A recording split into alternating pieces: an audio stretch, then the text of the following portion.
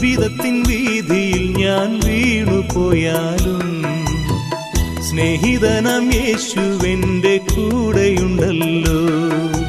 ഇരുൾ നിറയും യാത്രയിൽ ദിശ മറന്നാലും വെളിച്ചമേകി യേശുവെന്നെ വഴി നടത്തിയിടും.